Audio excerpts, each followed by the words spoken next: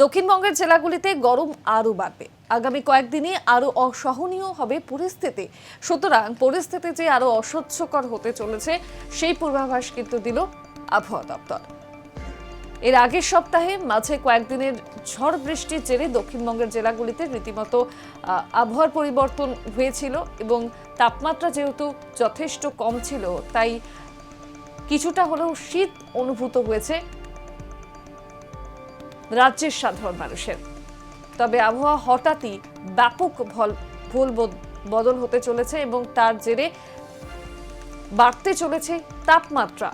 পরিস্থিতি বদলাতে শুরু করবে চলতি সপ্তাহের শুরু থেকেই। জারি রাখি এবার আরও পারদ চড়বে। আবহাওয়া দপ্তর সূত্রে খবর, দক্ষিণবঙ্গের জেলাগুলিতে আগামী কয়েকদিনের মধ্যে সর্বোচ্চ তাপমাত্রা 2 থেকে 4 ডিগ্রি পর্যন্ত বেড়ে যেতে পারে। 2 থেকে 1 দিনের মধ্যে রাজ্যের পশ্চিমাঞ্চলের জেলাগুলিতে তাপমাত্রা 40 ডিগ্রির গণ্ডি ছুঁয়ে ফেলতে পারে। সুতরাং সামনের কয়েকদিন দক্ষিণবঙ্গের সর্বত্র গরমের অসহ্যকর পরিস্থিতি বহাল থাকবে।